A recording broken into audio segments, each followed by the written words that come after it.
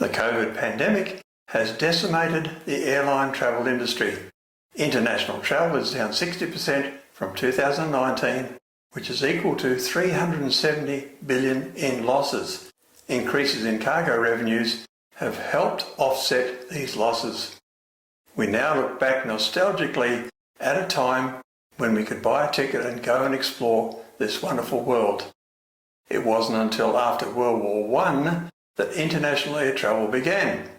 It was Pan American under the leadership of the charismatic Juan Trippe, what a fantastic name for an airline boss, who pioneered commercial transatlantic service. Trippe recognised early that one major hurdle to regular transatlantic travel would be political. He was instrumental in negotiating agreements with several countries for landing rights at intermediate points in the Atlantic, such as Newfoundland, Greenland, the Azores and Bermuda. Based on the results of early exploratory flights, Trippe concluded that the most efficient route across the Atlantic would be the northern route via the northeastern coast of Canada, past Greenland, via Iceland, and then into northern Europe. On December 9, 1937, Pan American invited bids from 8 US airplane manufacturers to build a 100-seat long-range airliner. Boeing, which won the competition, offered its legendary B-314 flying boat. Between 1938 and 1941, Boeing built 12 of these for Pan American World Airways. The Boeing 314 had a range of 3,500 miles or 5,633 kilometres, certainly enough to cross either the Atlantic or Pacific with room for 74 passengers on board. These Boeings became known as Clippers. The nickname Clipper came from an especially fast type of sailing ship used in the 19th century and had been applied to the earlier Martin M130 flying boats. The ship analogy was appropriate, as these Clippers landed on water, not runways. The Boeings were the finest flying boat ever produced, they say, and the largest commercial plane to fly until the advent of the jumbo jets 30 years later. Each aircraft cost the equivalent of $9 million today. On March 26, 1939, the Pan American B-314 Yankee Clipper made its first trial flight across the mid-Atlantic from Baltimore, Maryland, all the way to Foynes in Ireland. The airline began regular mail service with the Boeings in May 1939. Scheduled flight time was about 29 hours.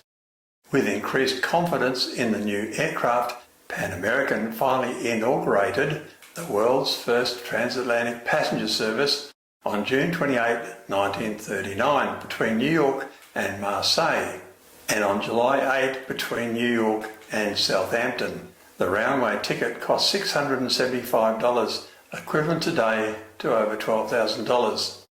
Clippers were powered by the most powerful US engine at the time, the Wright GR 2600. 2600 referring to cubic inches, which is about 43 litres. The 14-cylinder radials produced 1600 horsepower.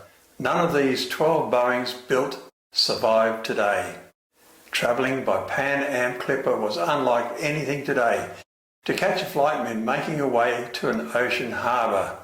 Clippers were spacious, with dining areas, where meals were taken at tables.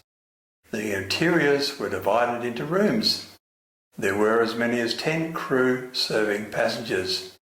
There were dressing rooms or ladies' lounges where ladies did their makeup.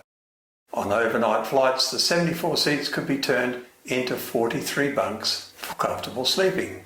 The bunk beds came with curtains for privacy, whilst crew members had simply a cot. The toilets weren't too fancy, but they did include a urinal.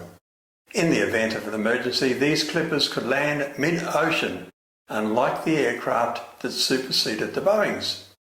Prior to World War II, the Japanese became very interested in the radial engines powering the Clippers.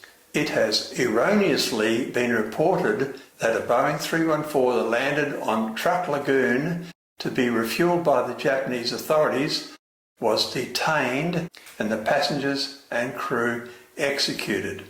It was said that the engines were retrieved and sent to Japan and the Clipper sunk in deep water. This is nonsense and is a confusion with an earlier incident. In 1938, it was a Martin M130 Hawaii Clipper that took off from Guam headed for Manila. Contact with the aircraft was lost when it was 300 miles east of the Philippines coast, flying into a storm.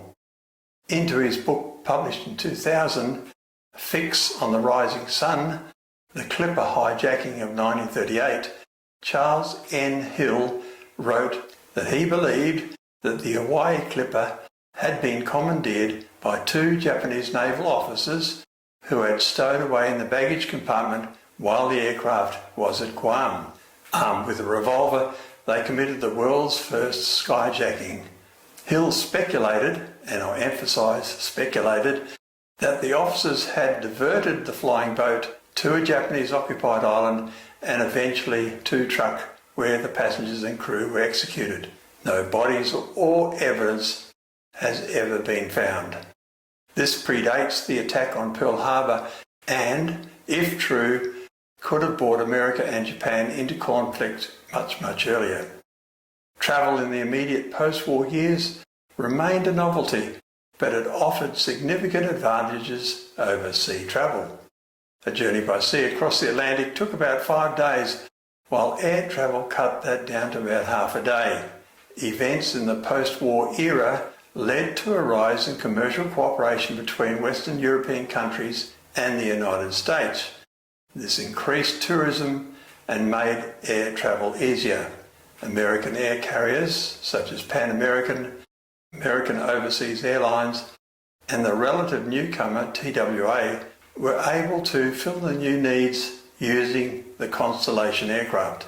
This flew 40% faster at 531 km per hour compared to the Clipper's 338 km per hour.